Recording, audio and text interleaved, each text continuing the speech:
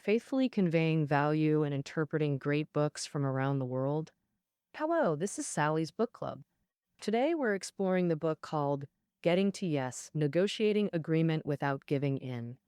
In 1912, Theodore Roosevelt was intensively preparing for his presidential campaign. But Roosevelt's campaign team faced an unprecedented challenge.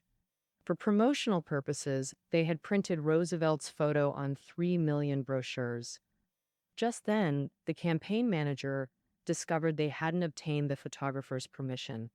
Under copyright law, they'd owe up to $3 million in fees, and reprinting 3 million brochures would be prohibitively expensive and time-consuming. If you were this manager, what would you do? After careful analysis, the manager telegraphed the photographer, planning to use 3 million Roosevelt photos in speeches. This is your golden opportunity for fame. What's your fee? What would you charge? Unaware his photo was already printed 3 million times, the photographer quickly replied, grateful for this opportunity, wouldn't accept less than $250. This is the opening story from Getting to Yes. We can view this exchange as a small negotiation with remarkably favorable results. The campaign continued using the photo without exorbitant fees. Truly a negotiation masterpiece. In our complex world, negotiation constantly helps reconcile interests and resolve conflicts. It's not just for diplomats and executives, but permeates every aspect of life. Haggling at markets is negotiation. Discussing salaries with your boss is negotiation. Through engaging cases, this book teaches practical mental frameworks and strategies to avoid pitfalls, persuade counterparts, and maximize outcomes. The authors are negotiation experts, Deepak Malhotra and Max Bazerman, professors at Harvard Business School. Now, with decades of negotiation experience, they've advised clients worldwide, including IBM, the World Bank, and Siemens. Next, I'll share the 4 key points covered in this book. First, what should you prepare before a negotiation? Second, how to conduct research-based negotiation. Third, what psychological biases might arise in negotiations. Fourth, how to use psychological strategies to make the other party more receptive to your requests. All right, let's start with the first key point. What to prepare before a negotiation. Ugh. We know that the purpose of negotiation is to resolve conflicts, achieve cooperation, and maximize one's own interests. But in situations where both sides' interests are intertwined, should we always stick to opposition or know when to back down? If the other party is tough, how far should we concede? If the other party softens their stance, do we need to press the advantage? Regarding these questions, the author believes that before every negotiation, we should prepare a bargaining zone, which is the area between your bottom line and the other party's bottom line. This is quite straightforward. Negotiation is a game of defending your bottom line while pursuing maximum benefits. If we compare negotiation to a soccer game, what both players are doing is protecting their own goal while constantly attacking the opponent's goal. In this process, the bargaining zone is crucial for any negotiation. It not only helps us clarify our negotiation demands and guide our strategy, but also allows us to evaluate the outcome. That is, if the final outcome falls within this zone, it's not a failed negotiation. If it can approach the other party's bottom line, it's considered a successful one. So, how should we preset the bargaining zone? The author shares a 5-step preparation method, and we'll use the Roosevelt campaign case mentioned earlier to explain it. Now, imagine you're the campaign manager about to approach the photographer to discuss using the photo. But hold on. First, use the 5-step method to organize your negotiation thoughts. The first step is to assess your best alternative to a negotiated agreement, or BATNA. That is, what can I do without the other party? In this case, it's clear that if they don't use the photographer's photo, the campaign team has to reprint everything. Reprinting 3 million promotional materials would not only waste a lot of time, but also incur staggering costs. It's obvious that the campaign team's BATNA is terrible. It can hardly be called best. The second step is to estimate your bottom line, which is the maximum loss you can accept if you cooperate with the other party. Here, your worst case scenario is to tell the photographer the truth and pay him $3 million in copyright compensation. The third step is to assess the other party's best alternative. The photographer's best alternative isn't great either. If negotiations fail and the campaign team reprints, the photographer would lose both payment and a great chance for fame. The fourth step is to estimate the other party's bottom line. If the photographer agrees to cooperate with the campaign team, what's the minimum compensation he would accept? You can't be sure yet, but you might guess that if he knew the brochures were already printed and you were stuck, he'd demand much higher payment. The fifth step is to assess the bargaining zone, the area between the buyer's and seller's bottom lines where agreement is possible. In this case, you estimate the campaign team might lose up to $3 million in compensation.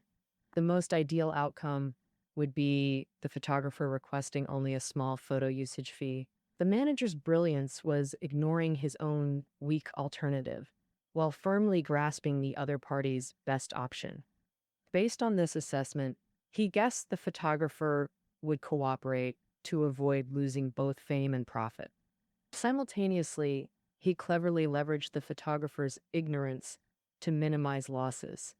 Therefore, the author advises always using this five-step method before negotiations to fully assess both sides' strengths and weaknesses. Additionally, focus on the other party's bottom line and best alternative. That is, what can they do without you? Developing this mindset helps find breakthroughs in seemingly impossible situations. That covers preparing the bargaining zone. Now let's examine how to further reconcile interests during negotiations. The book's second key point: research-based negotiation. Research-based negotiation is both a mindset and a methodology. The author suggests research-based negotiators approach talks like detectives at a crime scene, constantly gathering information to deepen understanding of opponents, then adjust negotiation direction accordingly. How exactly? Let's examine the three principles of research-based negotiation. First, reconcile interests, not positions. When both sides insist on their positions without compromise, skilled negotiators find alternative paths by focusing on the other party's interests. How to understand this?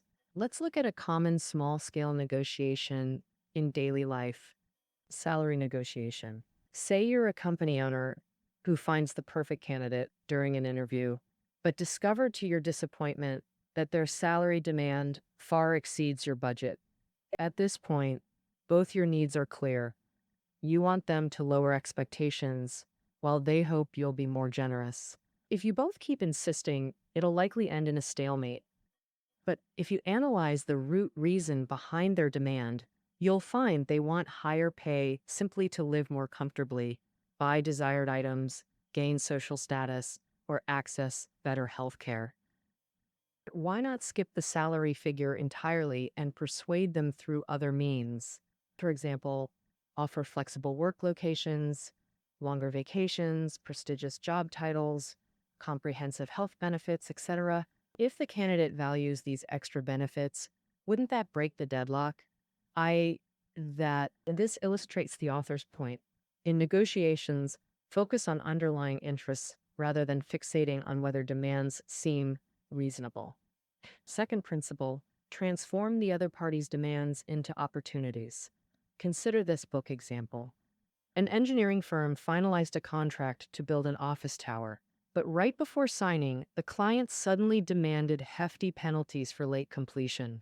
The engineers felt exploited but had limited options: accept the penalty risk, walk away, or negotiate lower penalties. The project manager analyzed the client's demand deeply, realizing their sudden penalty emphasis showed extreme concern about timely completion. So the manager proposed, The firm would accept high late penalties, but if completed early, the client must pay a bonus. This way, the construction company has a chance to earn a bonus, while the client greatly reduces the risk of project delays. Result, everyone's happy, principal free. Care about the difficulties your negotiation counterpart might face. Again, we'll use a case to explain. Company A is an appliance manufacturer, about to buy products from component maker B. They'd already settled on the price. But B company suddenly requested a 3-month delivery delay, costing A company big bucks and pushing talks into a stalemate. The company's representative then asked, "Is the delay because you can't produce enough?" B company said production wasn't the issue. It's that last minute shipping would mean sky high rush fees. Hearing this, A's rep was relieved. They handle large shipments regularly and could get rush shipping discounts. They agreed A would pick up the goods themselves, and B lowered the price as compensation. By fully considering each other's challenges, they solved the root issue, ending the negotiation successfully. In short, the research-based negotiator's edge is accurately pinpointing the opponent's needs. If we master these 3 principles, we can likely break many deadlocks. Earlier, we shared 2 key elements of negotiation. If we strictly follow the advice and adjust strategies promptly, can we kick back and stay unbeatable? The author says, not so fast. Next up, the 3rd key point. What psychological biases crop up in negotiations? Confucius said, think thrice before acting, but thinking is exhausting. Lots of studies show negotiators often go with their gut, unknowingly swayed by biases, leading talks into gridlock. Often, even pro-negotiators can get blinded by biases. The author lists many bias types in the book. Here we highlight the top 4: fixed beliefs, risk-seeking tendencies, egocentrism, and irrational optimism. First up, fixed beliefs. Basically, people in talks have a "it's you or me" cognitive bias. Folks with this mindset see negotiation as a contest, denying win-win options. They think only one side conceding can seal a deal. When the other party concedes on an issue, you might think that topic wasn't really important. And when they're delighted with the outcome, you still feel shortchanged. What does this mean? Here's an example. Suppose you're haggling at a street stall. You see a bracelet priced at 200 yuan and you counter with 100. Unexpectedly, they agree immediately with a faint smile. That little smile can unsettle you all day. Actually, they might just be happy to make a sale. But to you, this is them ripping you off. In small deals, this mindset might be harmless. But in major decisions, unchecked fixed beliefs can lead to disastrous mistakes. Now, a real case showing fixed beliefs' impact. In 1982, American Benjamin Cohen inherited a North Carolina forest using family methods: less logging, more forage planting. Wildlife gradually flourished. Years later, a biologist informed him endangered woodpeckers had nested there. Under the Endangered Species Act, the Wildlife Service could take over the habitat, about 15% of Cohen's land. But during negotiations, the service proposed an alternative solution. If Cohen created a habitat conservation plan to protect the species, the government wouldn't seize it. The land would remain Cohen's, but Cohen believed conservation plans only helped environmentalists, so they must hurt his business. Thinking profit and ecology couldn't coexist, he surrendered the land. Worse, to prevent endangered species, he clear-cut trees, destroying his forest due to fixed beliefs, its most vital economic and environmental value. After fixed beliefs, let's examine the second bias: risk-seeking tendencies. Plainly speaking, to fight an opponent for a $100 item, we might pay $200. Would anyone really be that foolish? Consider this American hockey player's example. In 2004, a series of labor disputes arose between the NHL and players, ultimately forcing the league to cancel the entire season. Actually, since the 90s, hockey players' salaries were consistently high, consuming 75% of league revenues. By 2004, facing financial struggles, the league proposed a $43 million salary cap per team, effectively pay cuts. But the players' union vehemently opposed this, insisting on a $49 million cap. As time passed with no agreement, the season got canceled, forcing most players to Europe for games. A year later, both sides finally agreed to restart the season, but with team caps slashed to $39 million. Clearly, this was a disastrous negotiation for the players' union. They rejected the initial $43 million deal, yet after a year-long lockout, accepted $39 million. How is this different from paying $200 for a $100 item? This is what we call risk-seeking tendency. It often emerges in conflicts, fueling competitiveness, where people abandon rational limits to win, even at great cost. But even if they win the argument, it's a negotiation failure since objectives weren't met. Now, the third bias, egocentrism. A publication called U.S. News and World Report once conducted a survey. It had two questions. First, if someone sues you and loses, should they pay your legal fees? 80% of respondents said yes. Second question reversed it. If you sue someone and lose, should you pay their fees? Here we simply swapped plaintiff and defendant rules. Logically, about 80% should agree to cover the fees. Yet only 50% answered yes this time. A classic egocentrism example. More fascinatingly, respondents justified both answers. In the first scenario, those demanding payment said it prevents legal abuse and punishes frivolous suits. But in the second scenario, reasons shifted. They argued verdicts are unpredictable, making losers pay all fees is unfair, and it hinders justice. This shows how one issue can have multiple angles, and people always find interpretations favoring themselves. So, in negotiations, we instinctively pick comfortable positions first, then find ways to justify them as fair.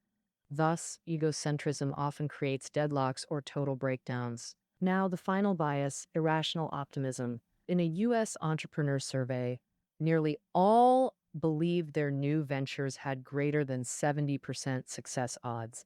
Yet, objectively, only 30% survive. Psychologists call this adaptive self-deception. Positive illusions protect self-esteem and persistence during hardship.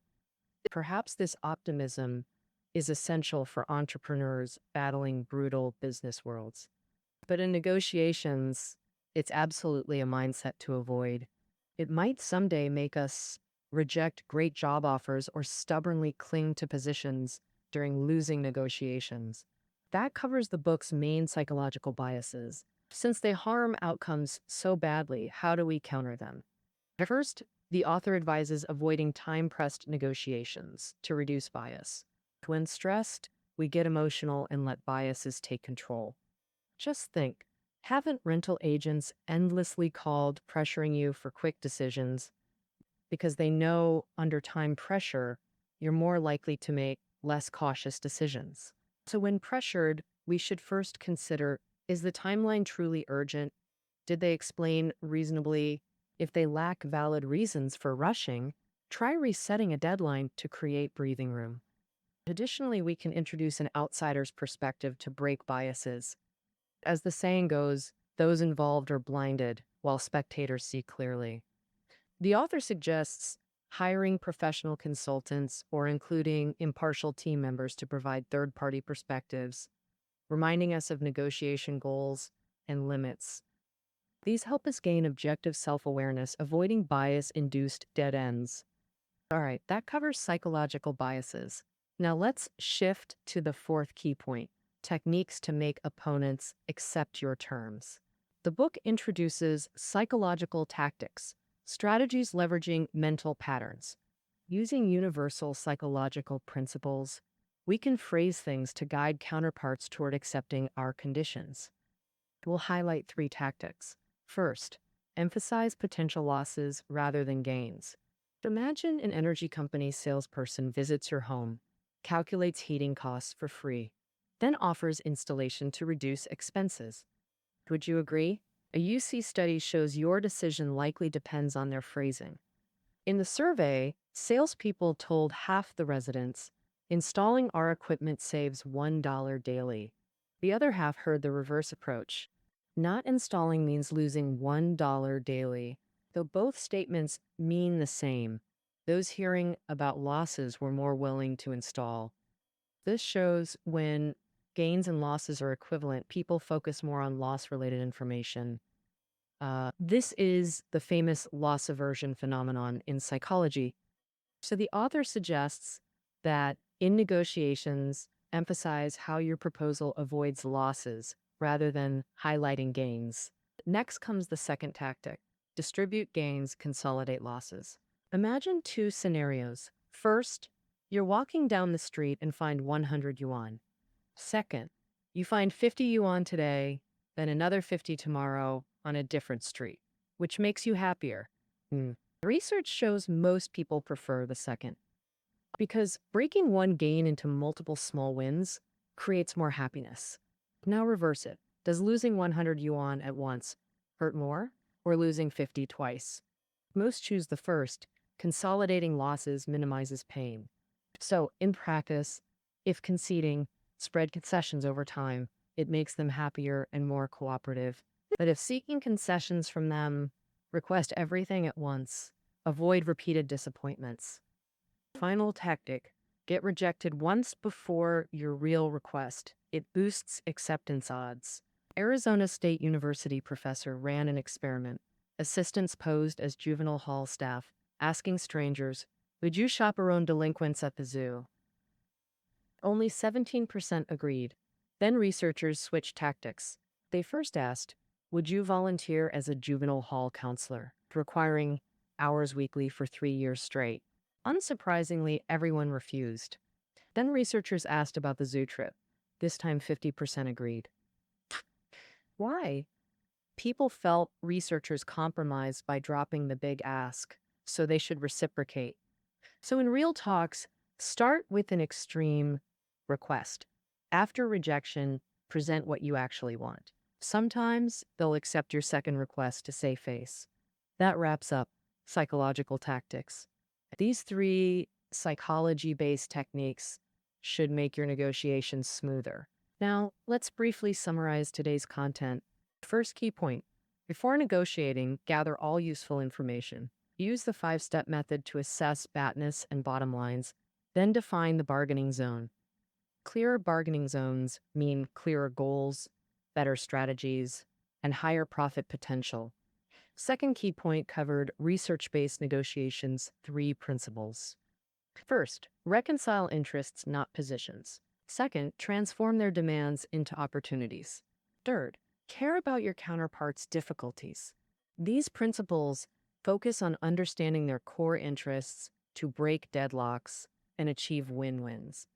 We also discuss psychological biases, fixed beliefs, risk-seeking, egocentrism, and irrational optimism.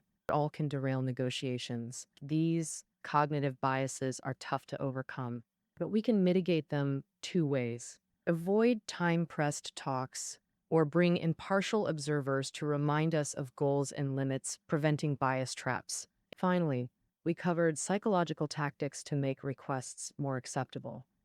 First, emphasize potential losses, because people prioritize avoiding losses over gaining benefits. Second, distribute gains, consolidate losses. When conceding, make multiple small concessions, but when making demands, present them all at once.